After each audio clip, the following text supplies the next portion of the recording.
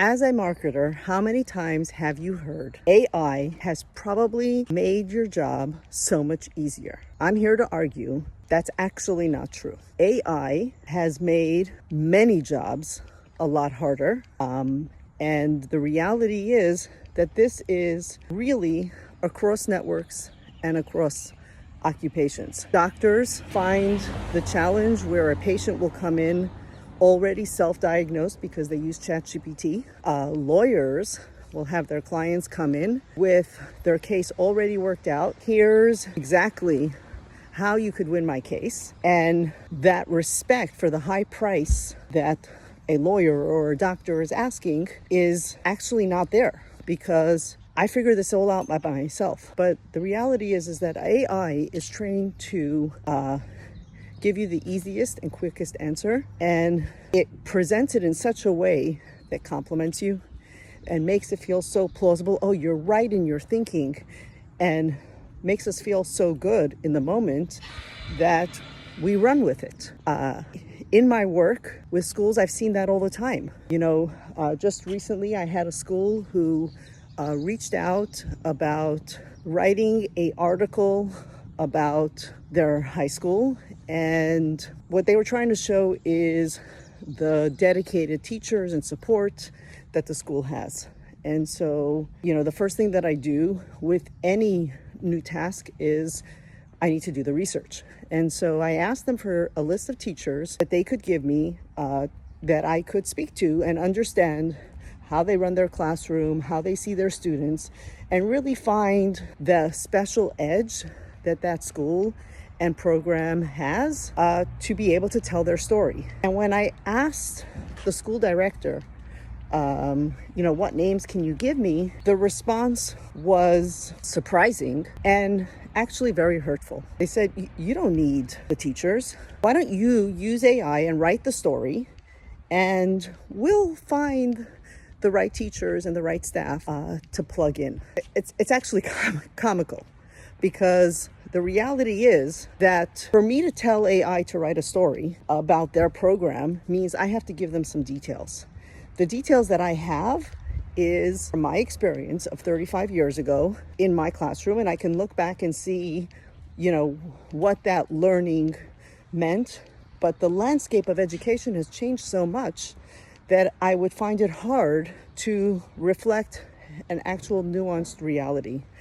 And the pain of hearing that kind of statement being told to me, have AI do it. It was so hurtful, because that just showed me how they valued my work. And I was just put in place because they didn't have the time to deal with the AI, and not because they valued the insight, the perspective that my work. And, if I wasn't so hurt, I probably would have laughed at it in their face.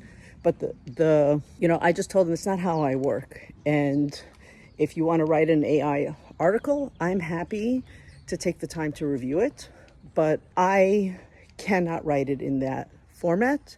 Why don't you have AI put the article together, and I'll push the limits and try to get details that would actually align your AI story with the lived reality of our students. And, that really showed me something very challenging that as marketers we face, especially in the world of Jewish organizations and Jewish schools. The reality is that most marketing is an awareness. You create an awareness, you open the funnel to all these prospective families that could join. But we're not broadcasting to people across the globe.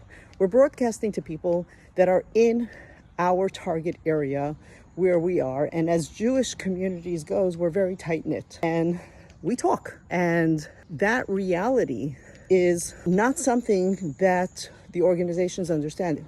Marketing is not about creating an awareness. Marketing is about creating an alignment, and an alignment with what your lived reality inside your walls are and what the parents are actually perceiving. So what do I mean by that? When you have a organization and they hire the best marketer, and it paints their picture and it tells their story, Interesting that I was looking at a school's website, and their whole website was written in theory form.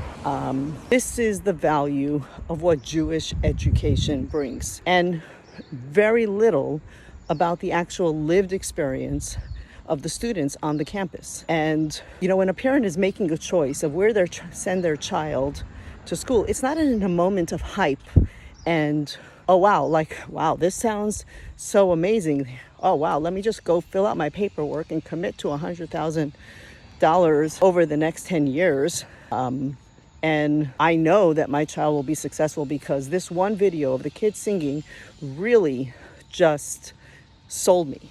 If you think about it in that way, it really sounds comical. And I think that as Jewish organizations, what we have to think about is if all our marketing pieces disappeared, our website, our flyers, our Instagram and social media posts all disappeared, would we still have our story? And if you think about that, what that actually means is, what is your story? Your story is in the impact. It's in the people that are living through your experience. And I will tell you that, so if that's the case, then why do you need marketing at all? If all the people are having the true lived experience of your story, why do you need marketing? And I feel like marketing is connecting the dots for parents, for families, giving them the language of why this feels special, why this feels so good. What are the different pieces within the organization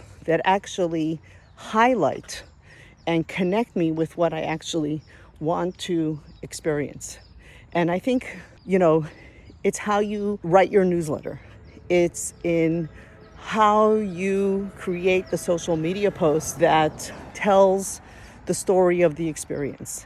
It's in how a teacher will present an activity or project that they did. It's connecting the different perspectives of how we think to a shared common language that really promotes your value. And I think if we can focus on that, if we can focus on that lived experience of how people feel, the testimonials, the true stories, I think that's really the gift of marketing, is that you can take a person's story and find the proof points, the lived experiences that actually help a person really see the true value and gift of what you have to offer.